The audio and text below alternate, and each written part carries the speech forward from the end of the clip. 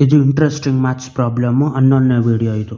ಇದರಲ್ಲೇನು ಅಂತ ಕೊಟ್ಟವ್ರು 5 power of X plus 8 power of x equal to 89 ಅಂತ ಕೊಟ್ಟವ್ರು. ರೂಟ್ 8x ಎಷ್ಟು ಅಂತ ಕಂಡುಹಿಡಿಬೇಕು. ಇಲ್ಲಿ ಎಕ್ಸ್ ಯಾವ ಥರ ಕಂಡುಹಿಡಿಯೋದು ಅಂದರೆ ಇದೆರಡನ್ನು ಕೂಡೋಕ್ಕೂ ಆಗೋದಿಲ್ಲ, ಕಾಮನ್ನು ತೆಗಿಯೋಕ್ಕಾಗೋದಿಲ್ಲ. ಈ 5 power of X plus 8 power of X ಪ್ಯಾಟರ್ನಲ್ಲೇ 89 ಬರೀಬೇಕು. ಬೇರೆ ಬೇರೆ ಪವರಲ್ಲಿ ನೋಡಬೇಕಿದು.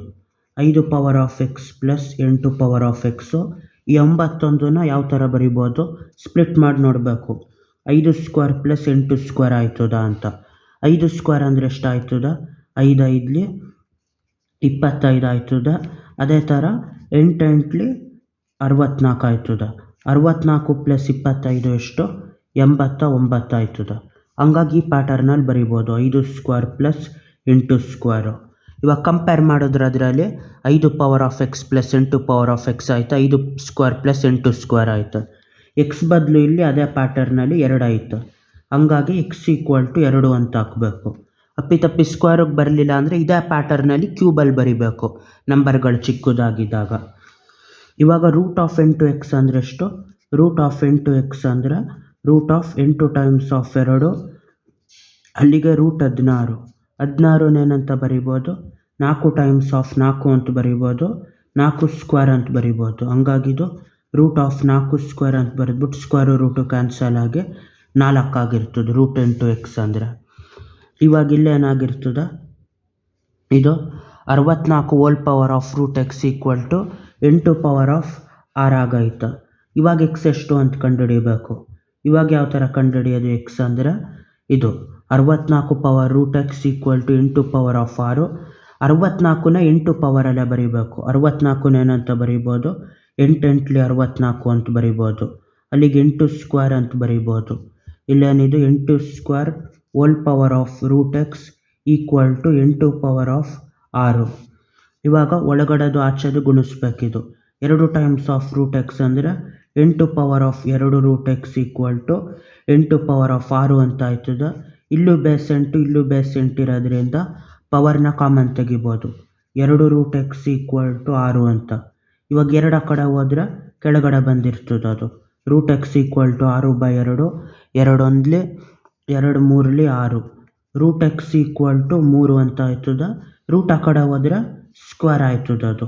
3 ಸ್ಕ್ವೇರ್ ಅಂದರೆ 3 3ಲಿ 9. ಅಲ್ಲಿಗಿದು ಎಕ್ಸ್ ಅಂದರೆ ಎಷ್ಟಾಯಿತು, 9 ಅಂತ ಆಯಿತು.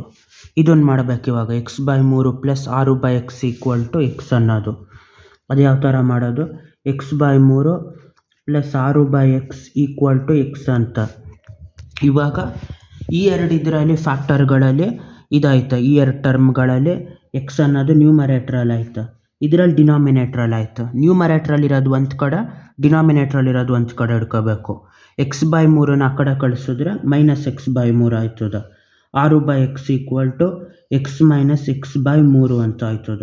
ಇಲ್ಲಿ 6/x ಈಕ್ವಲ್ ಟು ಇದು ಎಕ್ಸು 3 ಮೇಲೆ ಬಂದಾಗ 3ರಿಂದ ಗುಣಿಸ್ಬೇಕು. 3 ಕಾಮನ್ ಡಿನಾಮಿನೇಟ್ರು 3x ಆಯ್ತದ.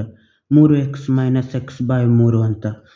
6/x equal to 3x minus x ಅಂದರೆ 3 ಮೈನಸ್ 1 2, 2x/3 ಅಂತ ಉಳಿತದ.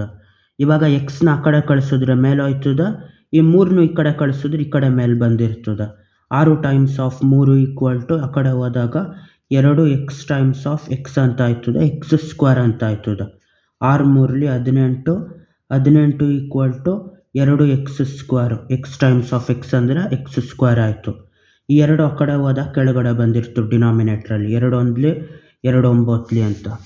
ಇವಾಗ ಏನು ಉಳೀತು, ಎಕ್ಸ್ ಸ್ಕ್ವೇರ್ ಈಕ್ವಲ್ ಟು 9 ಅಂತ ಉಳೀತು. ಈಗ 9ನ ಏನಂತ ಬರಿಬೋದು, 9ನ 3 3ಲಿ 9 ಅಂತ ಬರೆದ್ಬಿಟ್ಟು 3 ಸ್ಕ್ವೇರ್ ಅಂತ ಬರಿಬೋದು.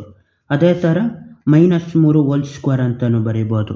-3 ಟೈಮ್ಸ್ ಆಫ್ -3 ಮಾಡಿದಾಗ ಮೈನಸ್ ಮೈನಸ್ ಕ್ಯಾನ್ಸಲ್ ಆಗಿ +3 ಉಳಿತದೆ. ಹಂಗಾಗಿ x square equal to 3 square or -3 whole square ಅಂತ ಬರಿಬೋದು.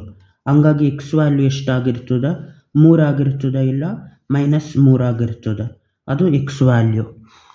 ಅಲ್ಲಿಗೆ 3 ಲೆಕ್ಕಗಳು ಆಯಿತು. ಬಾಯ್.